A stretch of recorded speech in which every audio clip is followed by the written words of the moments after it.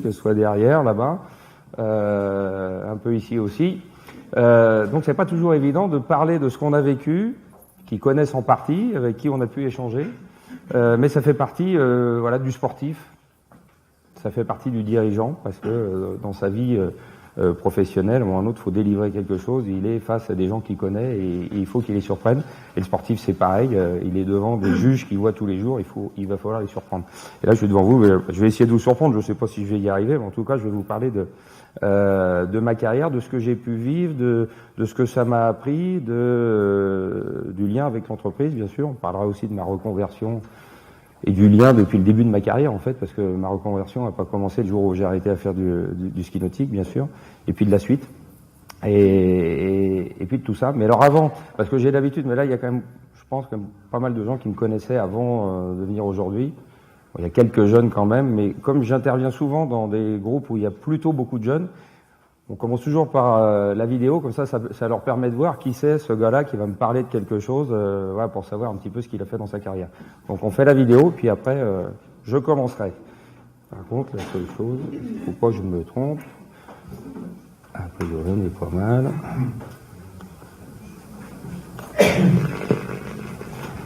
C'est fait exprès, hein, c'est vieux. Les premières émotions, les premiers championnats du monde. Parce que j'ai tout de suite cru que je savais nager. Ah, forcément, j'avais un gilet, voilà, je savais nager. Donc à 8 ans, il a vraiment fallu que j'apprenne. Et là, je me suis dit, t'as ceux qui font de la natation, j'ai quand même un profond respect, parce que c'est vraiment un sport de con. Hein. Beaucoup de respect pour Fabien qu'on a vu hier, Fabien Gillot. Voilà, beaucoup de respect parce que, voilà. Fabien Gillot, vous savez, champion olympique 2012 de la et lui, il expliquait que, en fait, Patrice, il nage, lui, comment tu... Ah, moi, je nage comme ça. Je sais pas, ils ont dû me mettre du plomb au niveau des pieds parce que j'arrive pas à nager. Mais bon. Et pourquoi j'arrive pas à nager? Parce que quand on fait du ski nautique, qu'est-ce qui se passe? Vous tombez, il y a le bateau qui revient, ça sert à rien de nager. Puis quand tu tombes, t'as perdu généralement. Hein. Donc il faut pas perdre. Donc il faut pas tomber. Voilà. Donc il y a peut-être un lien quelque part, mais on va pas dire que c'est ça. Pour revenir un petit peu voilà, sur l'entreprise, qu'est-ce qui s'est passé? Donc mon père avait une idée, il avait un produit et il a fallu le faire progresser. De l'entraînement, voilà, avec le projet, donc essayer de me faire progresser petit à petit. Et au départ, ça s'est fait, voilà, en étant tout gamin, et c'était, voilà, pas vraiment de l'entraînement, c'était de la découverte. Et comme il se disait que, voilà, de faire un sport c'est bien, mais il voyait déjà autre chose, il disait pour faire un athlète, faut qu'il soit bien constitué, faut qu'il soit bien développé. Donc il m'a fait faire du ski nautique, mais c'est pas le premier que j'ai forcément fait, puisque j'ai fait du football au FC Nantes, voilà, jusqu'en cadet, voilà, du sport d'équipe, lien, où je me situe par rapport aux autres, du basket parce que j'étais petit, et puis dans le ski nautique, il faut avoir de la détente, donc c'était bien du basket, bon pareil, hein, meneur, donc pour travailler avec tous les autres, du judo, parce que c'était son sport de compétiteur loisir, on va dire, des gens qui avaient, on va dire, une aisance financière, parce que c'est une discipline qui n'était pas facile d'accès, qui s'entraînaient un petit peu et qui se retrouvaient de temps en temps pour faire une compétition. Et le champion, c'était pas forcément le meilleur, c'était celui qui tenait debout. Donc quelque part, il y avait une ouverture qui était là en se disant si toi tu tiens debout, tu peux gagner. Et mon père, tout de suite, il s'est rendu compte qu'une certaine régularité, ça peut te permettre de gagner. Et c'est ce qu'on a travaillé. Tu arrives à une compétition, il y a quelque chose que tu fais à l'entraînement, tu le fais à la compétition. On ne demande pas de faire un exploit, on te demande de faire ce que tu sais faire.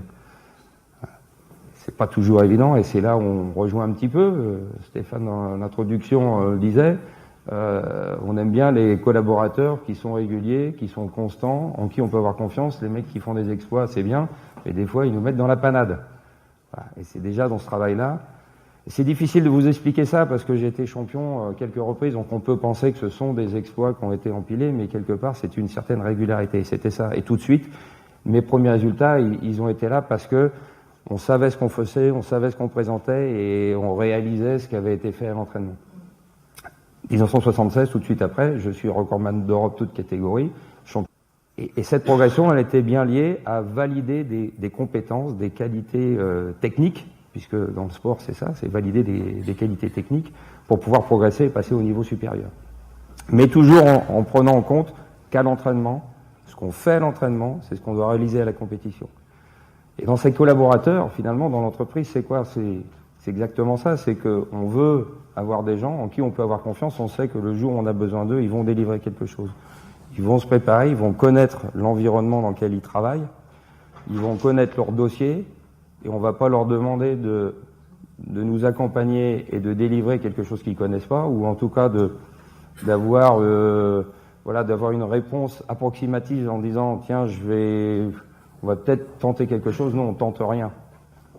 Au moment de la compétition, au moment du rendez-vous, au moment de la mise en ligne d'un produit, on le connaît, on connaît ses qualités, on connaît ses plus.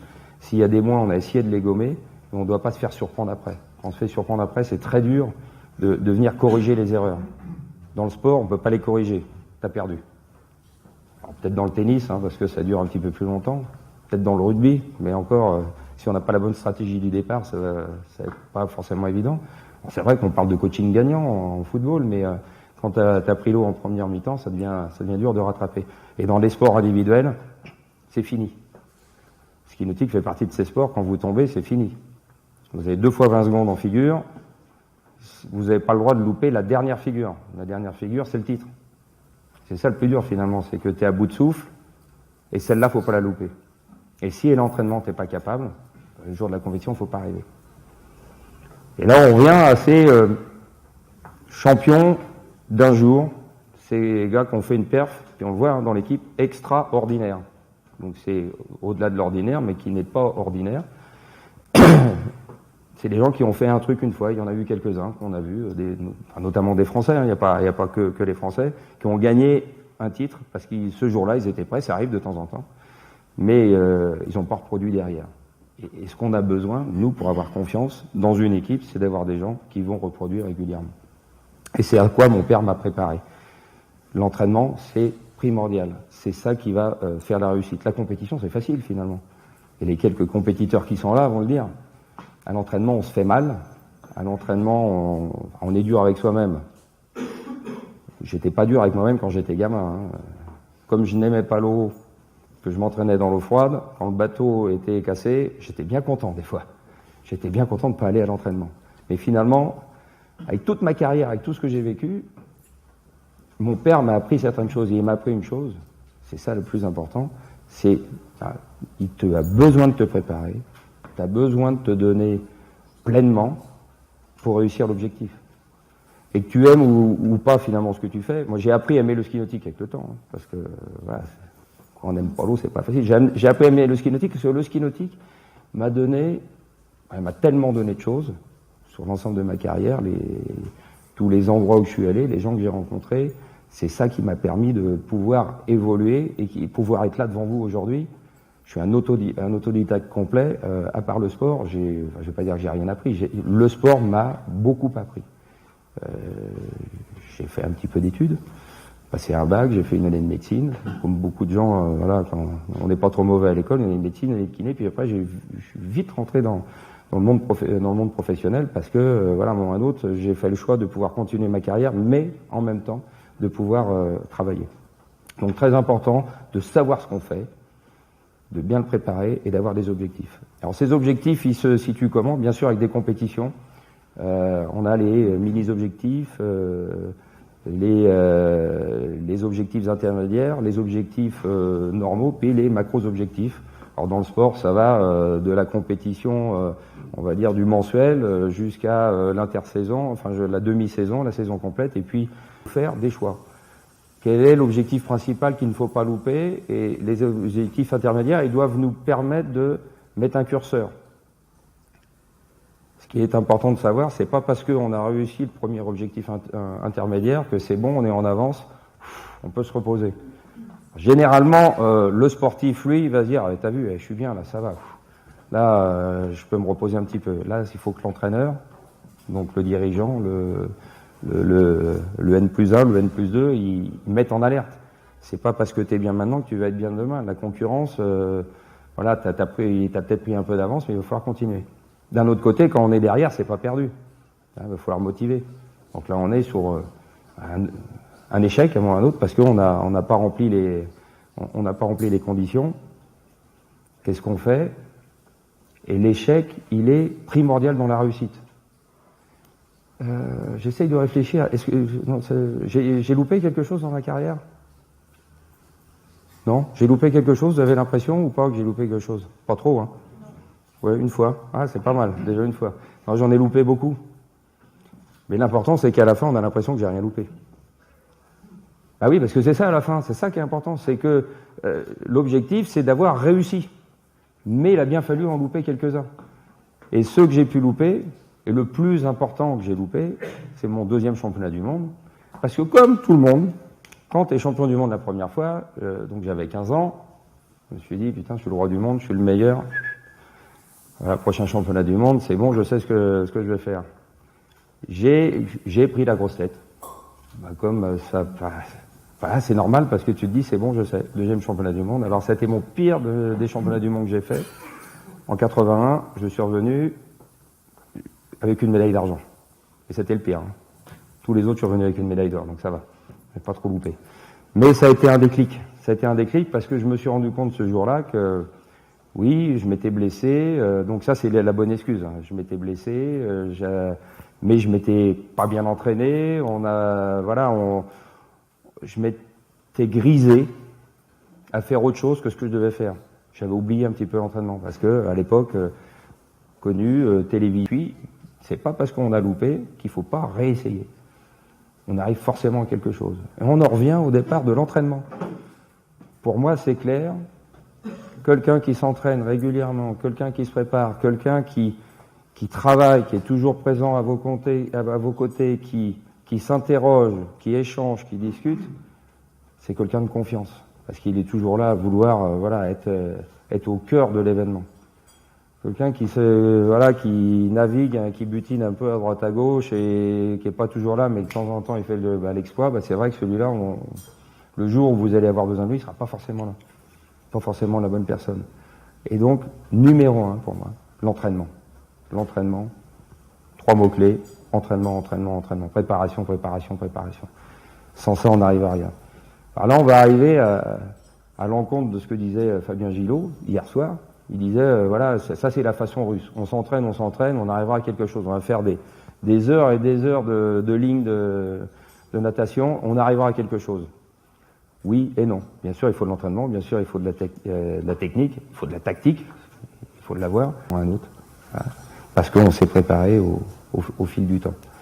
Alors pour parler et de changer un petit peu de sujet, parce qu'il faut quand même changer, je disais que un petit peu un lien, Stéphane, avec sa maman, qui a créé l'entreprise.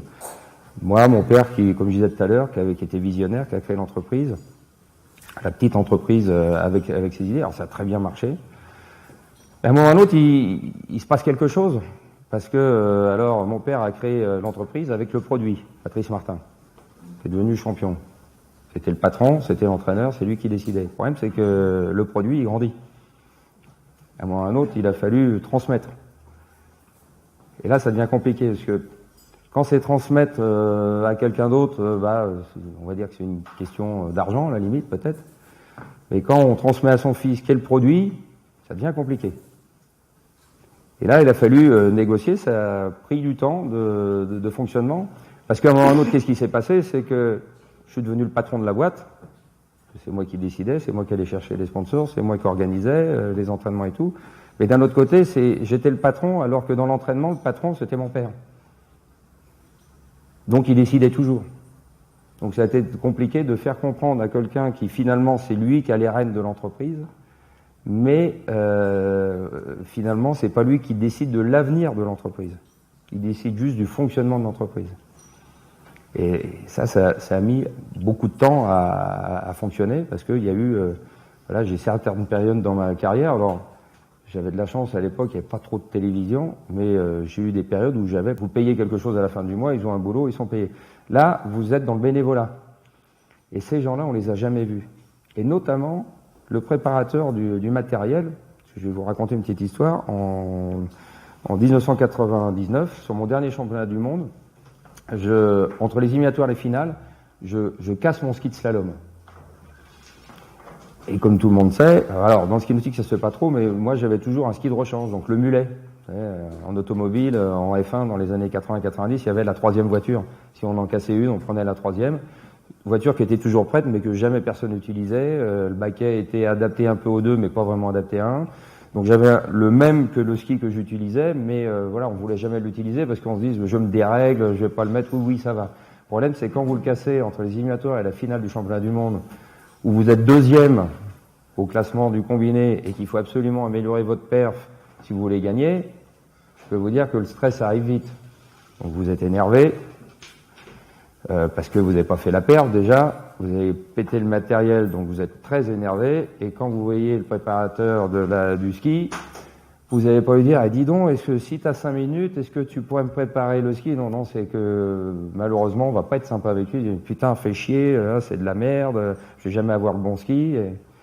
Et si ce gars-là, vous travaillez pas avec lui à l'année, que vous n'êtes pas en contact privilégié, surtout parce qu'il est bénévole, et que dans les périodes plus calmes, il faut qu'il fasse partie de la famille. C'est votre famille.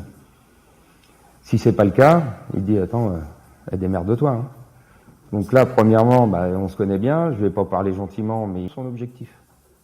C'est ça le plus important, c'est l'objectif qu'on parlait dans du départ, il faut l'atteindre, il faut se donner à 100% pour le réaliser. Et après, on n'est pas forcément champion, on peut pas tous être champion du monde. Moi, j'ai été champion du monde, bon, parce que j'ai eu la chance d'être champion du monde, parce qu'on s'est préparé, parce que les autres n'étaient pas assez bons. Mais imaginez que sur un championnat du monde, on prépare en début de saison... c'est assez facile dans le ski nautique, que je devais faire 10 000 points, que je devais faire des bouées à 12 mètres et puis de faire 60 mètres, que je fasse 60 mètres en saut, que je fasse des bouées à 12 mètres et que je fasse mes 10 000 points et qu'il y en a un qui gagne.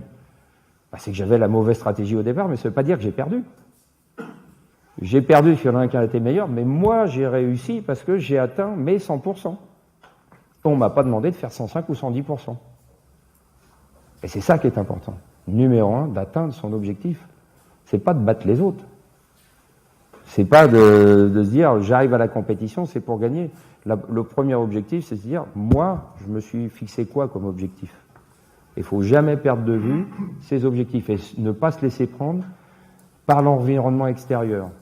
Il arrive par moment qu'on se fasse prendre par l'environnement extérieur. Et d'autant plus aujourd'hui qu'il y a des médias qui sont là, qui vont inciter sur la qualité de l'adversaire, qui vont inciter sur le terrain spécifique, qui vont inciter sur une stratégie pour contrer l'adversaire. Non, moi j'ai ma stratégie et je m'y tiens. Je vais au bout, je vais mourir mais avec mes idées. Parce que de changer d'idée, à un moment ou à un autre, vous savez pas ce qui vous aurait fait gagner, parce qu'on va changer 10 fois, et c'était quoi l'objectif de départ? Non, j'avais une stratégie, j'en change pas. Hein?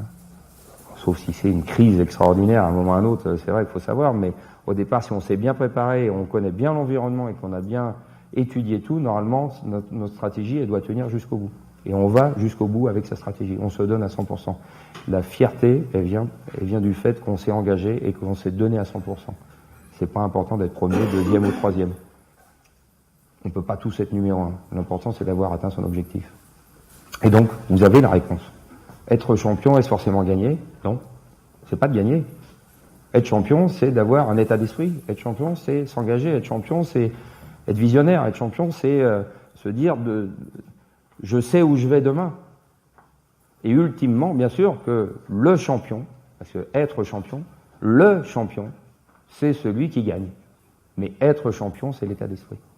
C'est celui-là qui est le champion, celui qui sera premier. Et être champion, c'est nous, on va se dire, j'ai une équipe avec moi, j'ai un projet et j'atteins mon objectif. Je suis le champion de moi-même, je suis le champion de ma rue. Les autres, j'ai pas fait du sport pour battre les autres au départ. J'ai fait du sport pour me faire plaisir. Faut pas oublier que le départ du sport, c'est ça. On échange avec quelqu'un, on se fait plaisir, puis on a envie de progresser. On a envie de progresser parce qu'on veut être meilleur. Et puis à un moment ou à un autre, on se compare aux autres. C'est là où on arrive dans la compétition. Mais au départ, quand on voulait être champion, quand on était gamin, on voulait être meilleur. Après ma carrière qui s'est arrêtée en 2001, avec donc 12 titres de champion du monde, 34 titres de champion d'Europe et 26 records du monde,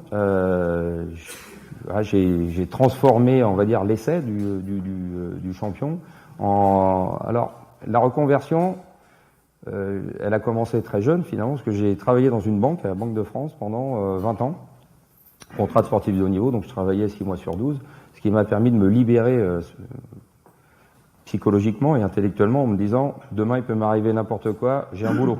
Je peux me blesser, j'ai un boulot. Bon, le jour où j'ai arrêté ma carrière, je savais déjà avant que mon objectif et ma vie n'était pas la Banque de France. Donc dès que j'ai arrêté la Banque de France. Puis je suis parti travailler pour un conseil régional des Pays de la Loire. J'avais été recruté par François Fillon. Pas le moment d'en parler trop. Et je travaillais pour Bruno Retailleau. Et j'ai travaillé 4 ans, je me suis occupé du sport de haut niveau, du suivi des athlètes de haut niveau, je me suis occupé des événements sportifs en région, savoir être à leur écoute, et c'est ça qui est important dans la vie, c'est ce que ça m'a appris, et c'est ça qui a fait que je suis devenu aujourd'hui ce que je suis, que je suis au comité olympique pour essayer d'échanger avec la campagne Paris 2024 qui est pas primordial pour le sport, on vivra quand même sans après, mais c'est vrai que c'est une chance extraordinaire pour la France de montrer son savoir-faire. Au travers du ski nautique, on le fait un tout petit peu, et c'est vrai que j'ai vécu quand j'étais gamin, rapidement on nous a dit le ski nautique pour aller aux Jeux en 80 à Moscou, parce qu'en 72 on avait été sport de démonstration, puis on n'y est pas, puis 84 c'est Los Angeles, après on pourrait peut-être y être, puis après on dit non, 88 Séoul c'est pas possible, mais 92, voilà. Le président de la Fédération internationale est espagnol, donc on y sera en 92. J'ai vécu ma carrière à chaque fois en pensant que j'allais peut-être aller aux Jeux, et même jusqu'en 2004, j'y ai presque cru. Mais je me dis, c'est pas grave. L'important, c'est toujours l'objectif. Ma victoire sera le jour où le ski nautique, ou le wakeboard, parce que c'est la même fédération, est aux Jeux Olympiques. J'aurai réussi. Donc je n'abandonne pas, c'est parce que je suis sportif, je le fais pas pour moi. C'est vrai qu'en tant que sportif, on le fait pour soi. Mais à la fin, on le fait pour nous, pour l'entreprise. Et mon entreprise aujourd'hui, en dehors de Synergie professionnelle, c'est le ski nautique. Si demain le ski nautique est au JO, j'aurai atteint mon objectif. Alors, des fois, ça peut prendre longtemps. Faut pas désespérer. Faut y croire. Et aujourd'hui, je ne parle pas du ski nautique au JO, je parle de Paris 2024. Et vous pensez bien que si Paris 2024, à Paris gagne les Jeux pour 2024, pensez bien que je travaillais un petit peu, encore, à cet objectif futur d'avoir le ski nautique au JO. Je vais peut-être m'arrêter là. Avant que tu t'arrêtes, il y a un truc auquel je tiens, parce que hier ça m'a marqué, et ici il y a quand même un public, encore une fois je le lis, attaché à l'esthétique. Oui, on n'a pas parlé de ça, c'est vrai. Il y a 3 critères dans la note des points, je crois, là-dessus, si j'ai pas compris. Non. Et en tout cas, il y a l'esthétique. Moi, ce qui m'a marqué, c'est quand tu as parlé de ton père. C'est l'autre différence. Oui, mon père, donc photographe. Je vous l'ai dit, il était photographe? Non, je l'ai pas dit. C'est pour ça que j'ai pas rebondi dessus. Alors, mon père était photographe du FC Nantes dans les grandes années. Voilà, donc c'était et lui en tant que photographe, il devait faire la photo. Alors aujourd'hui c'est facile, on peut faire des milliers de photos, on peut même faire du film et on prend un bout du film pour faire une photo. Mais à l'époque il y avait 36 photos sur une pellicule et tu pouvais pas faire 50 photos. Donc il fallait que lui il ait l'œil et qu'il ait l'œil avant le bon moment pour faire la photo au bon moment. Alors, c'est facile quand il faut photographier un bureau, une pomme, on va dire, parce qu'à la limite, on prépare tout, on va le faire bien. Mais quand on est dans le sport, et lui faisait les photos de sport, fallait qu'il sache auquel moment déclencher pour avoir la photo du bon moment. Et à l'époque, il n'y avait pas des 10 millièmes de seconde, donc voilà, il fallait bien être prêt et de se préparer à l'avance. Et donc, quand il m'a appris à faire du ski nautique, une des premières choses, c'est comme sa passion, c'était la photo avant tout, c'est qu'il faisait des photos tout le temps. Pas pratique parce que tu t'entraînes, mais il faut faire des photos. Et à chaque fois, il me dit, et oublie pas de sourire. Alors toi, tu es en train de faire une figure.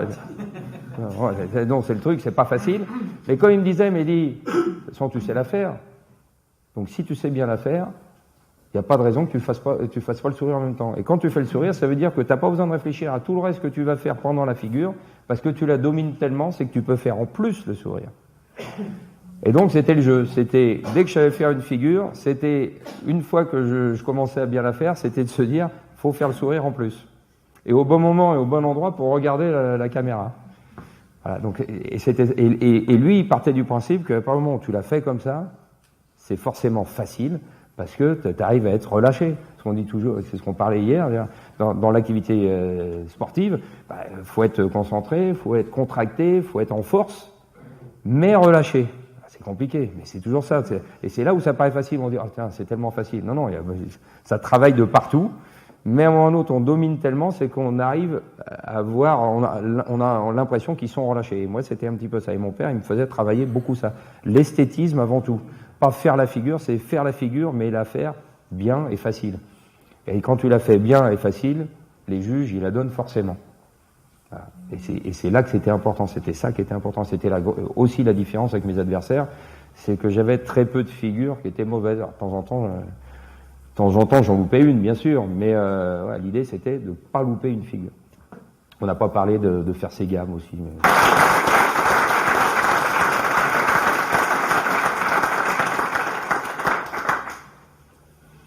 Faut pas hésiter, il n'y a pas de questions bêtes. Moi, j'aimerais bien comprendre un peu mieux votre engagement au début de votre entreprise.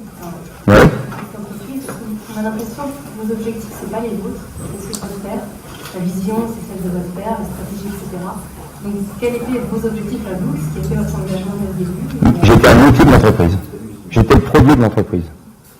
Le créateur d'entreprise, c'est mon père. C'est ce que j'ai dit, hein. Créateur, visionnaire, créateur, c'est mon père.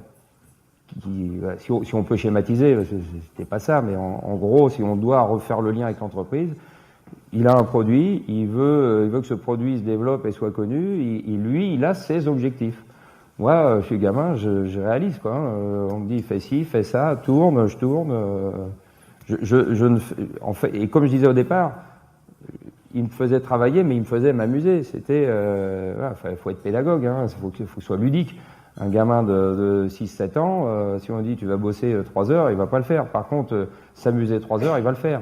Donc lui, dans le projet de développement et de réalisation de l'entreprise et du produit, il m'a fait travailler à sa façon.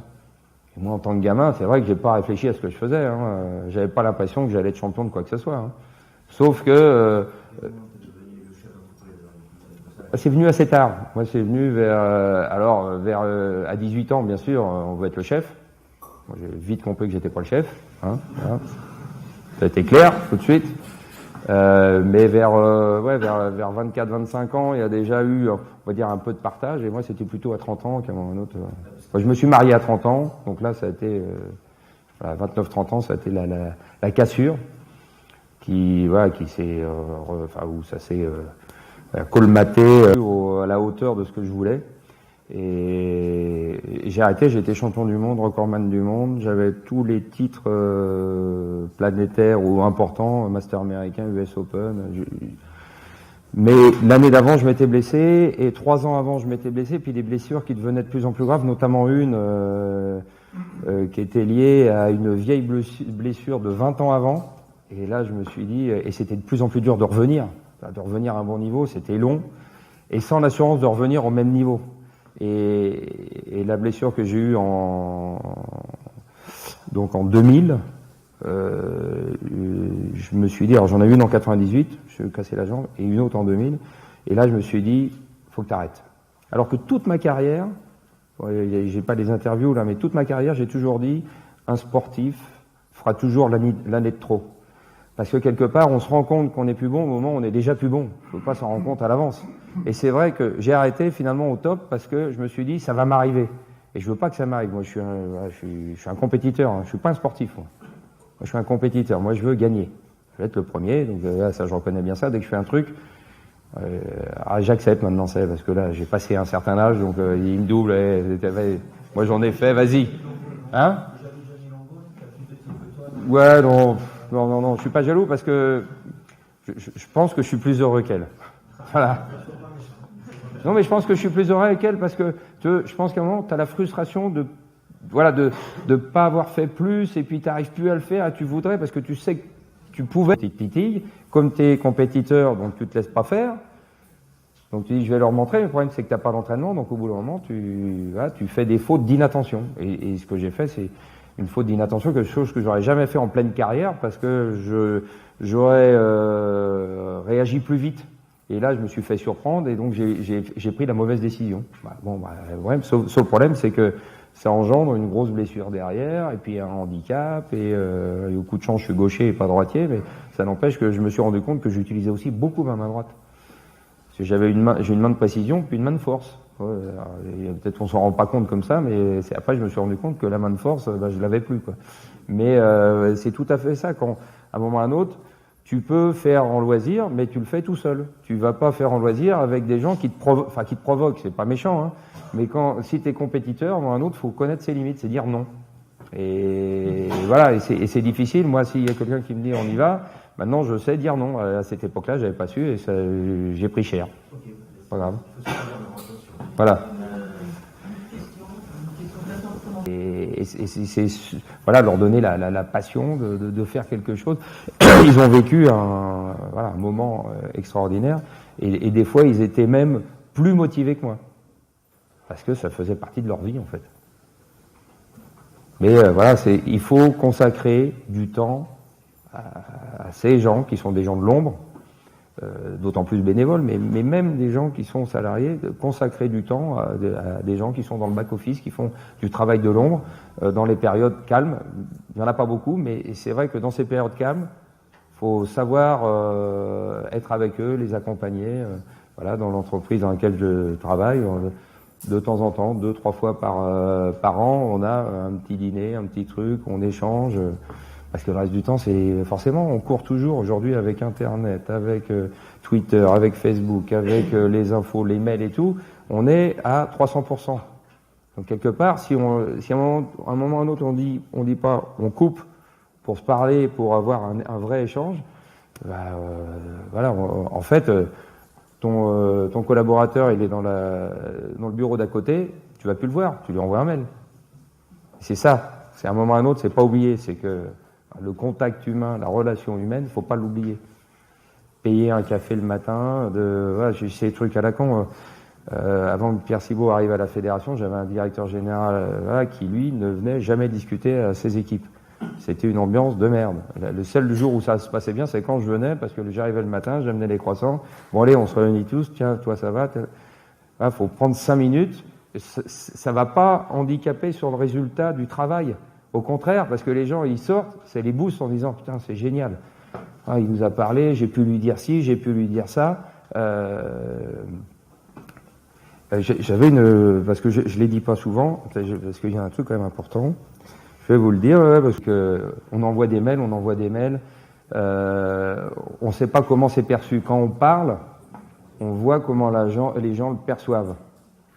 Et généralement, c'est là où ils vont vous parler, et il faut savoir les écouter.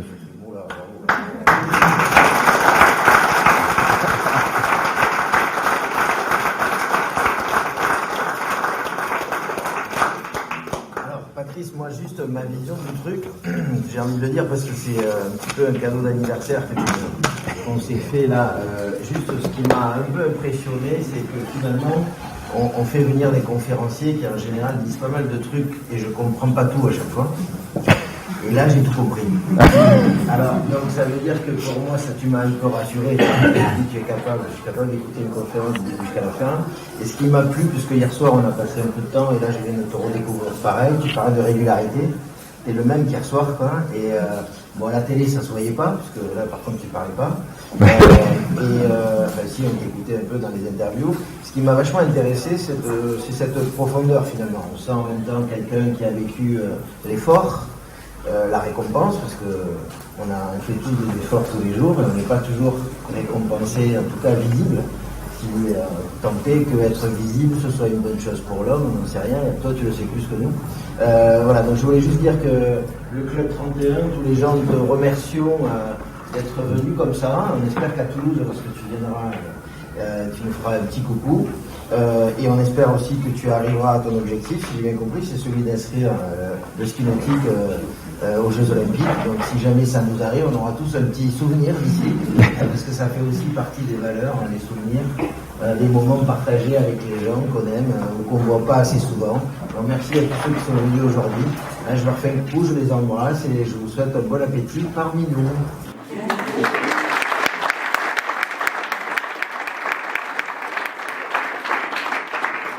ici un petit scriber, je ne sais pas si vous savez tout ce que c'est, hein, ici il y a un scriber.